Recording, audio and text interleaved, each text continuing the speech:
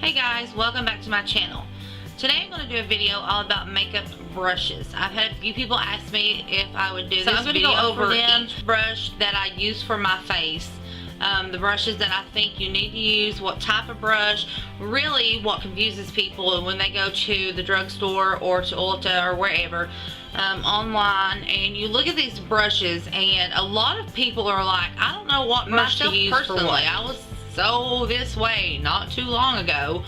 I would see these brushes and I don't know what brush you use for what, and I would do it wrong, and why is my makeup not turning out the way I want to? And it's because of your brushes. Now first I'm going to say the best brushes in my opinion, there are MAC brushes, Sigma, Morphe. You know, those are probably the three most common brushes that makeup artists use.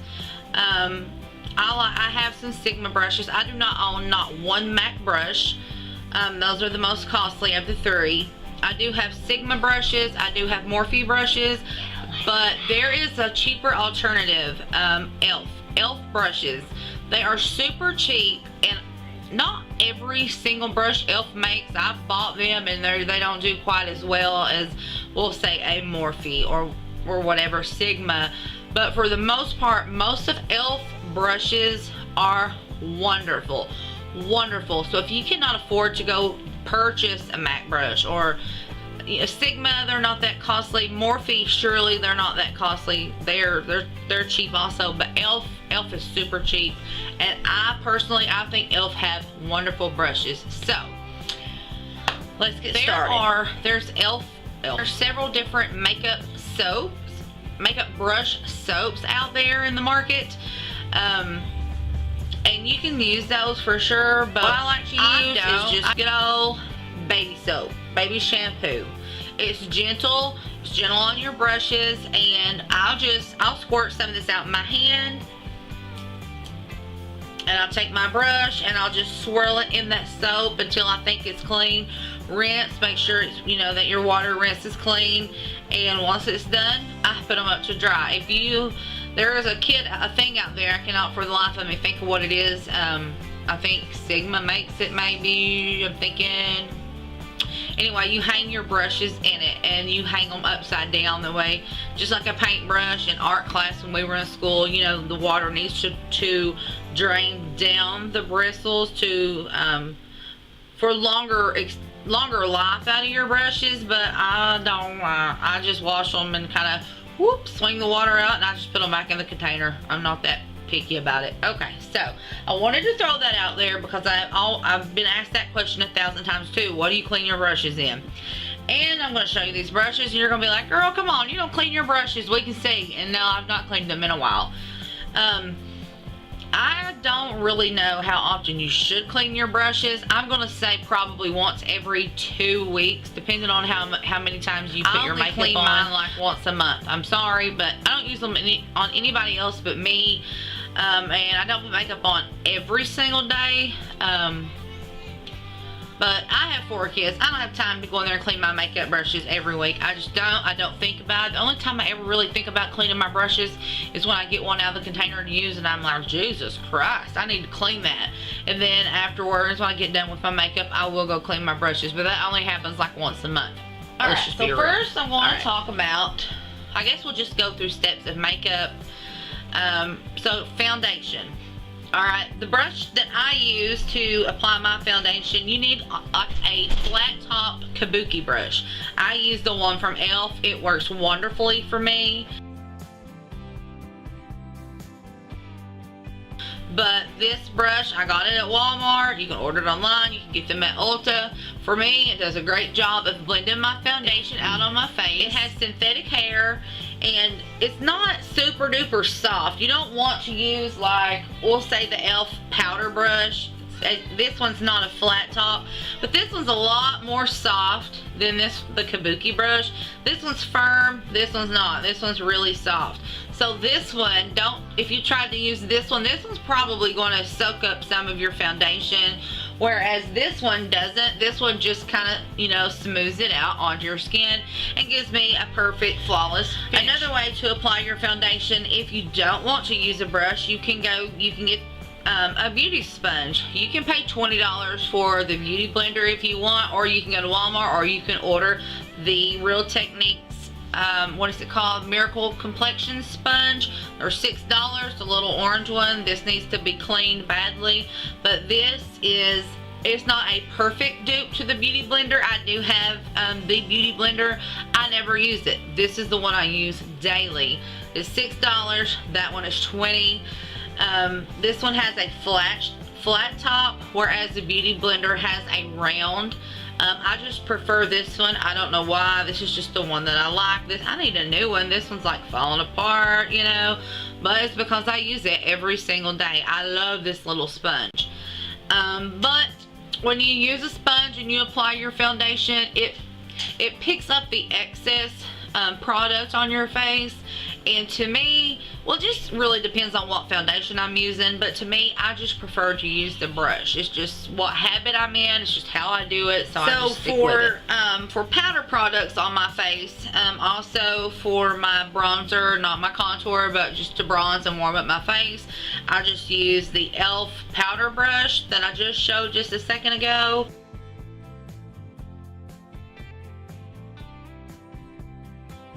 It's just a big fluffy brush and it gets the job done. It's cheap and it's a good brush. So, alright, next for blush, I use the e.l.f. angled blush brush.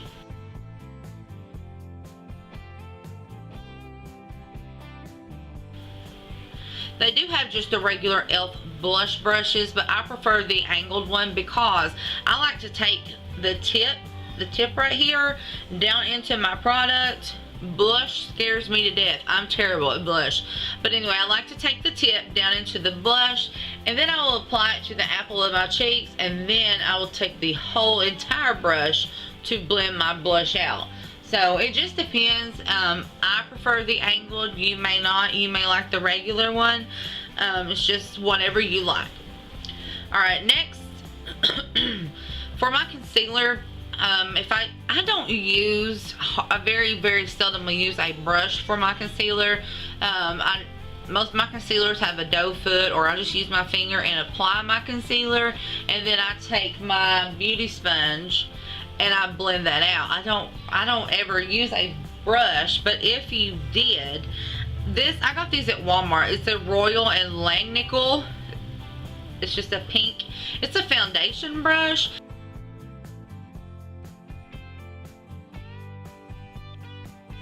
But it's flat, and you can really get in there and you can blend your concealer. I can't think.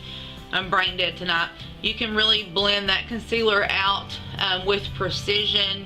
You know, you couldn't do that with a big powder brush trying to blend that out. You're going to have that all over your face, and this, no.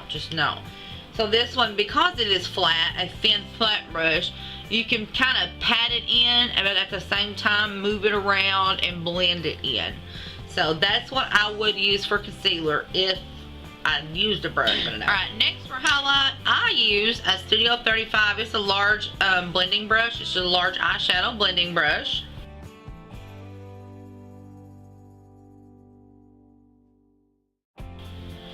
And I like this because it's smaller, just like I said with the large powder brush. Or you could use this foundation brush also. I guess it's a little bit firm, but if you find a softer one, you know, you could use that for your highlight. But I just prefer a large blending brush. I just think it works the best for me. So I just apply my highlight right here on the high points of my cheeks or wherever I want to go. It's not too big. It's the perfect size, and it applies them beautifully. Alright, now for eyes. Here we go. This is the part everybody struggles with.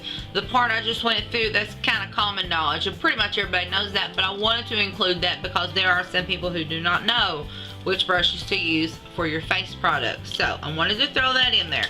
So now let's get started on the eyes. Alright, so I'm going to go with these four right here. which are the main brushes that you're going to see when you go anywhere. These 4 right here. Alright, so if you're watching this video because you do not know what brushes are used for right now, you are saying yes, that's what I need to know. Let's start with this. This is a large blending brush. This one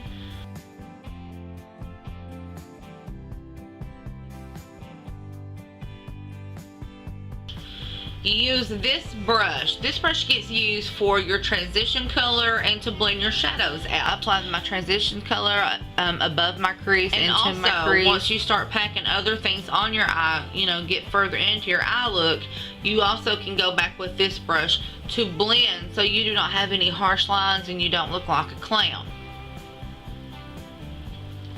Alright, next out of the 4, I'm gonna go with, we'll go with this one. This is a small tapered blending.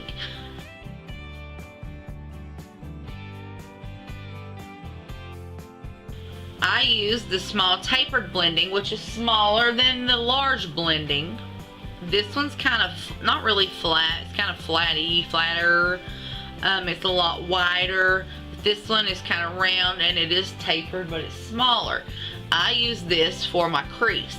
It just fits perfectly into my crease. I don't have any eye makeup on today. I do have on mascara, but this fits perfectly into my crease to apply color, transition color, whatever. So this brush goes into your crease. Next we'll go with this one. This is a shader brush.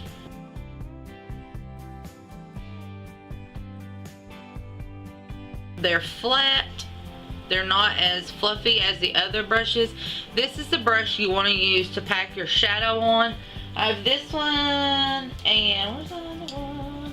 I also use this one. This one's from Studio 35. It's a little bit smaller in size than the Sigma one, but these, because they're flat, they're so skinny and flat, these pack on color perfectly.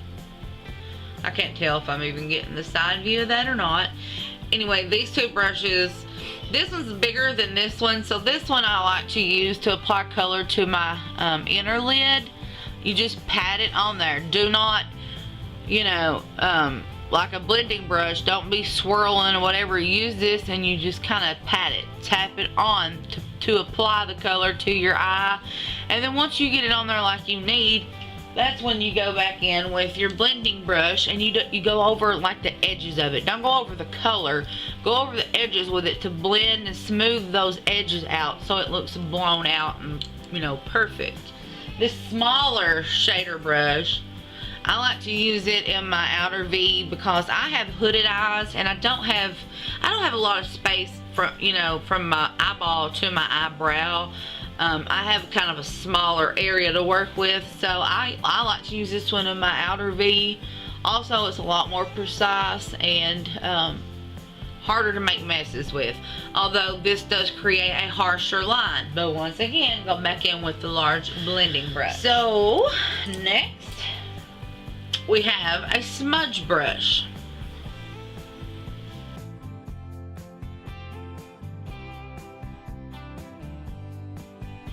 This is a Morphe smudge brush. I'm going to talk about this one and I'm going to talk about the e.l.f. smudge brush. The e.l.f. and the Morphe are way 2 different sizes, sister. Can you see the difference?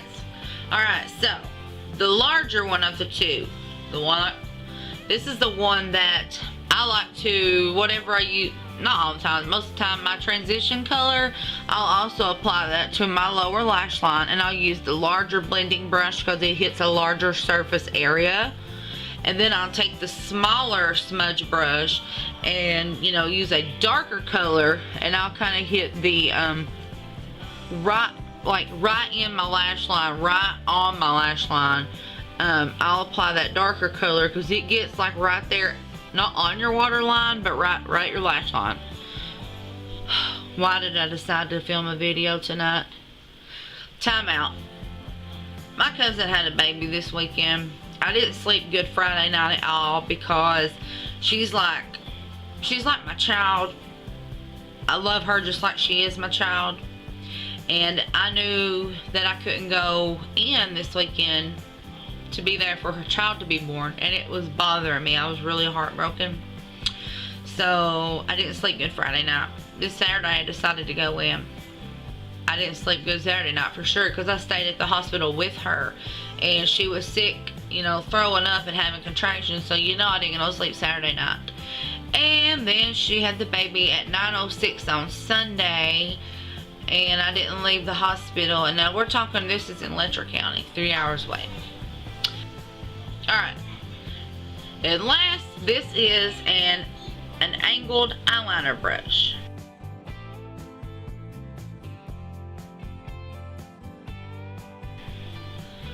It's super thin and it's angled, so it makes it easier to apply to your eye. I just take this, dip it into my gel liner, and I apply it across my upper lid, and they're easy to do a wing with also. So there are angled, and then there are eyeliner brushes that are not angled. I personally think that the angled ones are 150 times easier than the non-angled brushes. So, alright. So I guess that's all for today with the brushes. I think I hit on every brush that you need to complete a full makeup look. Once again, there's really no need in paying $25 plus a brush from MAC when Morphe makes wonderful brushes that are $12. Morphe has cheaper brushes. I've seen brushes on their site for $1, $2. Now, I don't know how great they are. I do have a couple that were like $3 or $4, and they were great. This smudge brush, I think it was only a couple dollars, and it's wonderful.